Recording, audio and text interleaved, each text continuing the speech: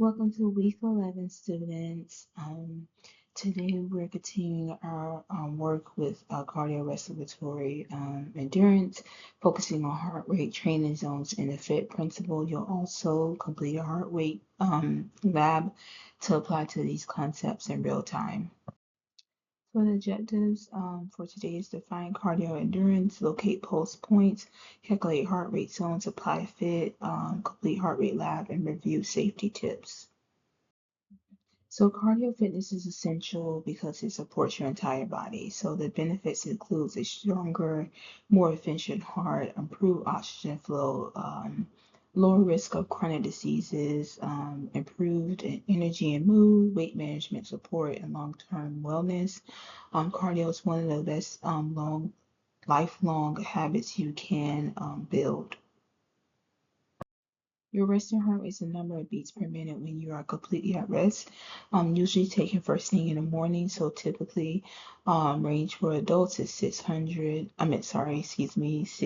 100 beats per minute.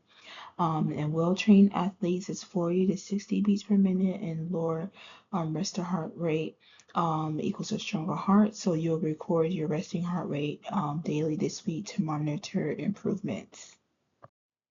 So we calculate maximum heart rate with a simple formula. So we do 200 minus your age. It's not exact science, but it gives us a helpful estimate for training safely. Knowing your max heart rate allows you to determine your targeting training zones, which you will use in your FIT plans. So your target zones help you train at the right intensity. So you have the moderate zone, which is 50 to 60 of max heart rate. You have the vigorous zone, which is 70 to 85% of max heart rate. And then you have the aerobic zone, where it helps build endurance. And then you have anaerobic, and then near max zone. So short bursts, which is at a higher intensity. So you will use this zone chart to determine where your heart rate should be during your cardio sessions. So you always want to use FIT to build an effective cardio routine here.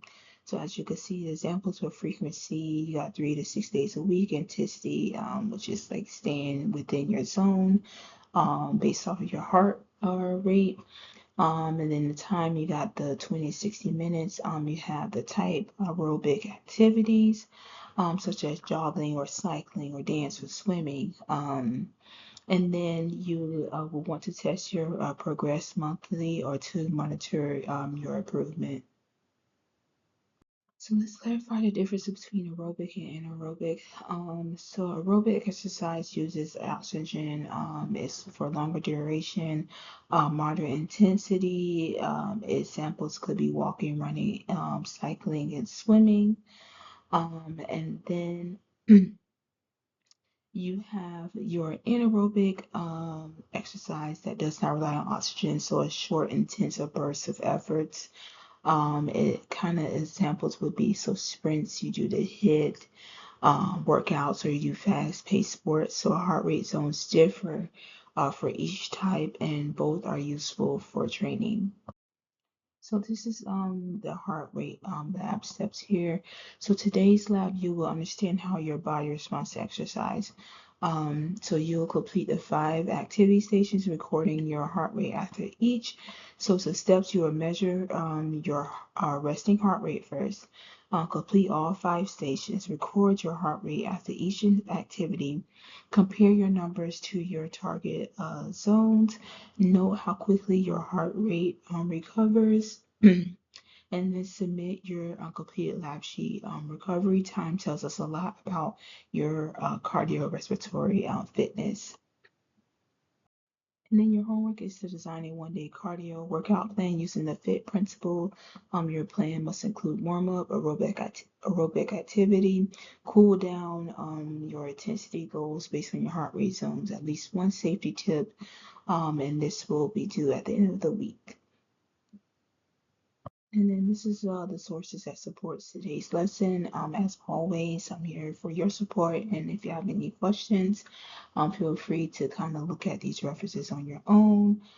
to get more answers and clarification.